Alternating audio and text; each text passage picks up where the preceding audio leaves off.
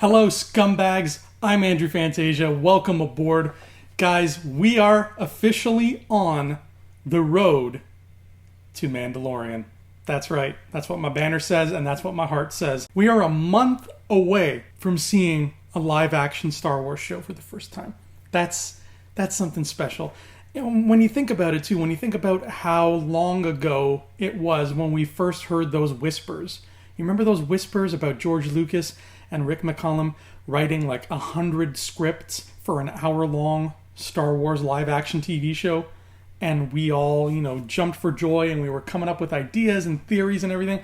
That was God knows how long ago. That was at least 10 years ago that we have been hearing this stuff. Let's say ballpark 10 years ago. And all this time we've just been ruminating on it and we're like, what's going to happen? And now it's finally going to be reality. Not like it was before, but close enough. We got some top Star Wars minds working on this show, and there it is right there. There's a logo. See this logo right here in the corner? It's real, which means the show is real because a logo automatically means that. But come November, we are going to be getting the show. We're excited here on Rebel Scum Podcast, so we are going to be doing the road to the Mandalorian to celebrate. And this video is all about who is the Mandalorian. Plain and simple. Who is he?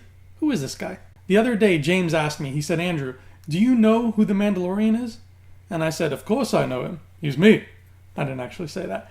But I had some ideas, and I'm sure everybody has some ideas, so we're going to talk about them today. Let's do a little detective work. Ready? So first things first, if we want to figure out who the Mandalorian actually is underneath that armor, let's ask ourselves, why is he doing what he's doing? And if we can figure that out, we might be able to figure out his identity. So from what we've seen in these trailers and whatnot, he is bounty hunting. He is hunting for bounties, and he's taken jobs from both Imperials and others, I guess, even though the Empire is kind of dead now. He's taken jobs wherever he can get them, but he's not an Imperial sympathizer because he's also buddying up with Cara Dune, who is a ex-rebel commando.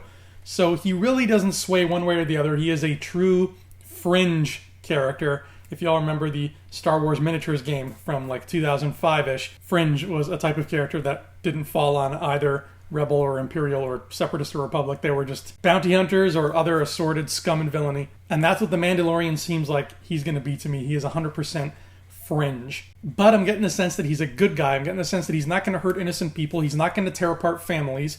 We got a family in that trailer, sort of. We saw a woman holding a child, so we know it looks like he's protecting that woman and child. I don't think he's going after them. I think he's protecting them. So far, we know he is a fringe guy who doesn't take sides, but wants to keep families safe. We also know that Pedro Pascal is playing him. Pedro Pascal is, I think, in his 40s. So let's say the character he's playing is supposed to be 40. Let's just, round it up there. He's 40 years old. The Mandalorian takes place, I think, 5 years after Return of the Jedi. So if we do some of that math there, sorry, I might need a calculator for this, then it means he would have been about 17 years old at the end of the Clone Wars. Now, during the Clone Wars cartoon, we saw a lot of adolescent Mandalorian characters sort of doing their own thing, dealing with the fact that Mandalore was trying to stay neutral. We got a lot of glimpses into the life of adolescence on Mandalore. And during that era, during the Clone Wars era, the Mandalorian would have been exactly the same age as those kids we saw in those episodes. So, with that in mind, with all that math tumbling around in my brain, here is what I'm thinking for the identity of the Mandalorian, and more importantly, what drives him. If he is in fact from Mandalore, which we are going to assume for the purposes of this video, and if he is in fact 40 years old, again, just an assumption based on the actor, then he would have been the perfect age to be one of those adolescent kids on Mandalore during the height of the Clone Wars. Now, that was when Pre-Vizsla showed up and Death Watch was around and starting to cause all kinds of trouble on Mandalore. Who voiced Pre-Vizsla? Jon Favreau. Who made The Mandalorian? Jon Favreau. My guess is that the Mandalorian is a random teenager from Mandalore during that era. Let's say his name is Pedro, just to make this easier. Pedro was, kind of a troubled kid. Maybe his parents were dead.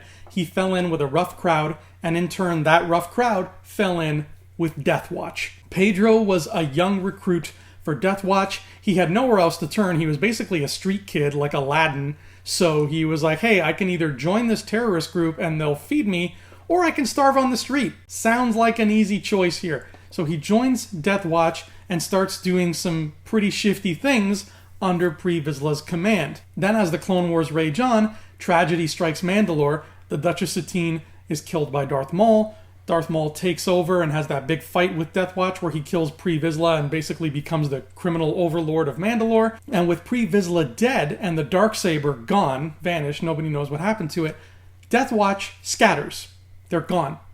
And Pedro is once again left to his own devices. Now, during all of that turmoil on Mandalore, Pedro was shocked with how cutthroat everybody was being. Pedro saw that there were clear factions running all throughout Mandalore's hierarchy. He saw that Death Watch was a faction. He saw that the government led by the Duchess was a faction. He saw the Republic and the Separatists as outside factions trying to worm their way in. And he saw Darth Maul's criminal enterprise as another faction. So he saw all of these organizations, all of whom, to his young eyes, were just greedy and trying to manipulate things for their own benefit. I think Pedro grew up with a deep, deep dislike for organization in general. That's why I think he's become a lone wolf over the years. He's like, listen, I don't need that. I don't need to be part of the Empire when the Empire came about. I don't need to be part of this rebel alliance either. I'm just going to do my own thing, feed myself. That's it. I have this droid I built. He looks like IG-88, but he's not. I don't know. But that's fine. That's all I need in my life because, frankly, organizations suck. And I saw that firsthand. So Pedro took up bounty hunting, and he still had his Mandalorian armor and whatnot from the early days on Mandalore.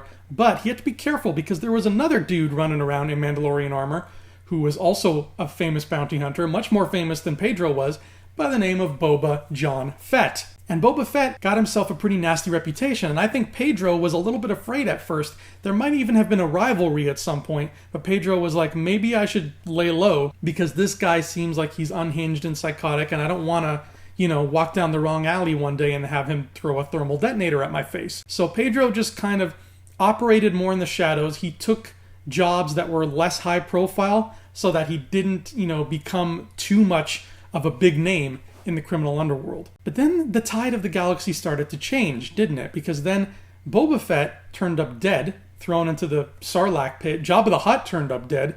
And then next thing you know, maybe like a short month later, who turns up dead but Emperor friggin' Palpatine and Darth Vader? The Empire is dead. It's destroyed.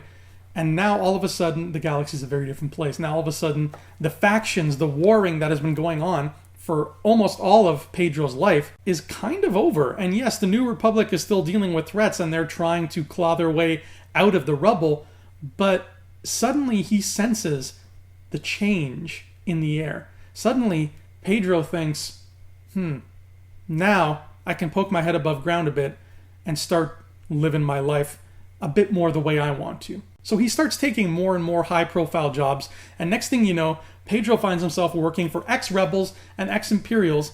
He doesn't care either way because he was never on anybody's side to begin with, and now here he is. It's 5 years after Return of the Jedi, and Pedro finds himself stuck between a rock and a hard place because I don't know what the plot of The Mandalorian is going to be, but the plot of The Mandalorian is going to happen to him, and now Pedro is going to be reminded about all that bad crap that went down on Mandalore all those years ago, and all of a sudden he's going to be put to the ultimate test. And maybe, just maybe, he stumbles across that Darksaber that started all this trouble in the first place. I don't know. I'm just spitballing here, but maybe that is the answer to who is behind the mask of The Mandalorian. We don't have to wait much longer to find out. It's only about a month away, but let us know in the comments, scumbags. What do you think? Who do you think The Mandalorian is?